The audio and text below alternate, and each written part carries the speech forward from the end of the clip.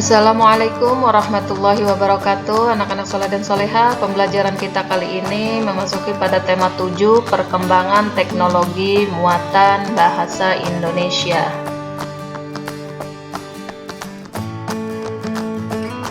Materi yang akan kalian pelajari pada pertemuan kali ini yaitu tentang informasi perkembangan teknologi sandang. Tahukah kalian bahwa manusia itu memiliki kebutuhan pokok? Yang pertama yaitu kebutuhan pokok sandang, kemudian yang kedua pangan, dan yang ketiga adalah papan. Minggu lalu teacher sudah membahas tentang teknologi pangan. Nah, pada pertemuan kali ini di subtema yang kedua kita akan membahas tentang teknologi sandang. Apa sih pengertian dari teknologi sandang?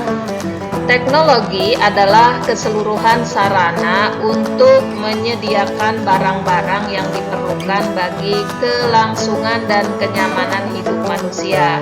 Sedangkan sandang adalah pakaian yang diperlukan oleh manusia sebagai makhluk yang berbudaya.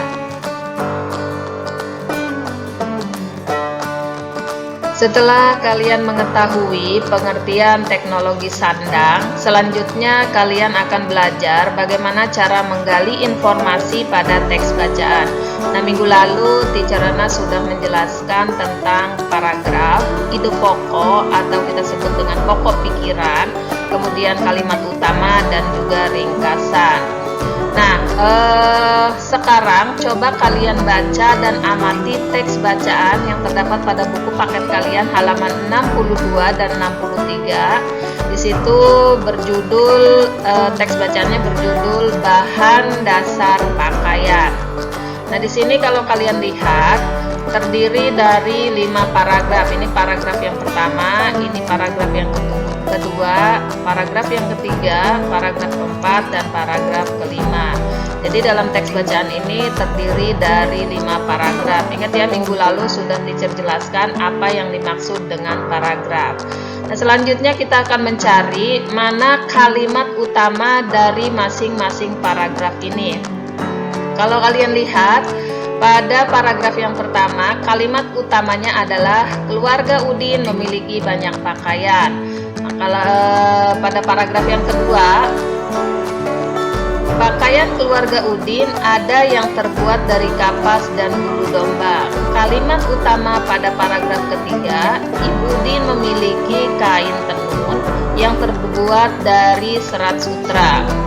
Kemudian pada paragraf yang keempat, kalimat utamanya berbeda dengan Udin. Pakaian orang-orang zaman dahulu terbuat dari kayu dan kulit hewan. Yang terakhir, hampir semua bahan dasar pakaian terdapat di alam.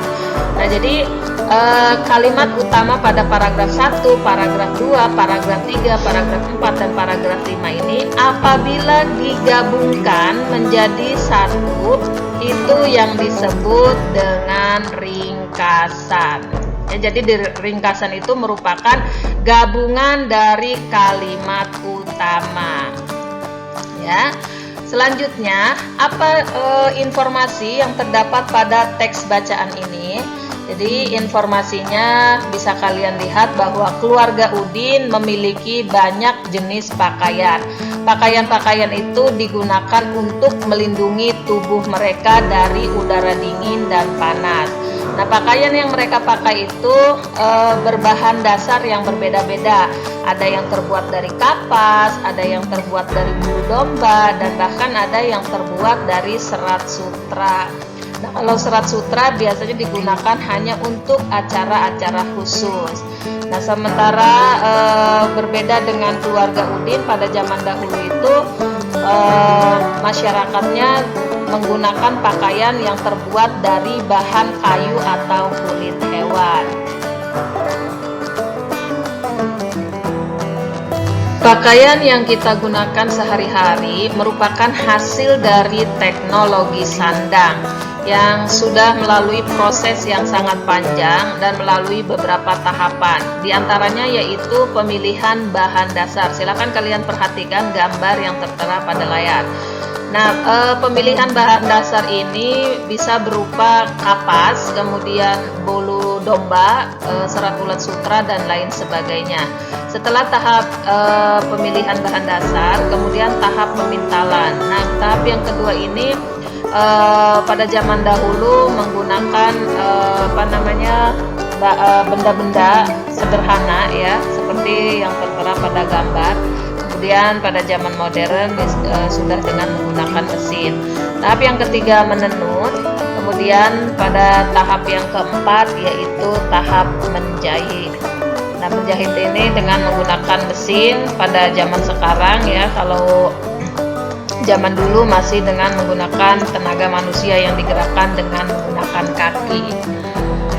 Demikian pembelajaran pada pertemuan kali ini. Semoga apa yang sudah teacher sampaikan bisa kalian serap dan bisa kalian pahami. Demikian terima kasih atas segala perhatiannya. Wassalamualaikum warahmatullahi wabarakatuh.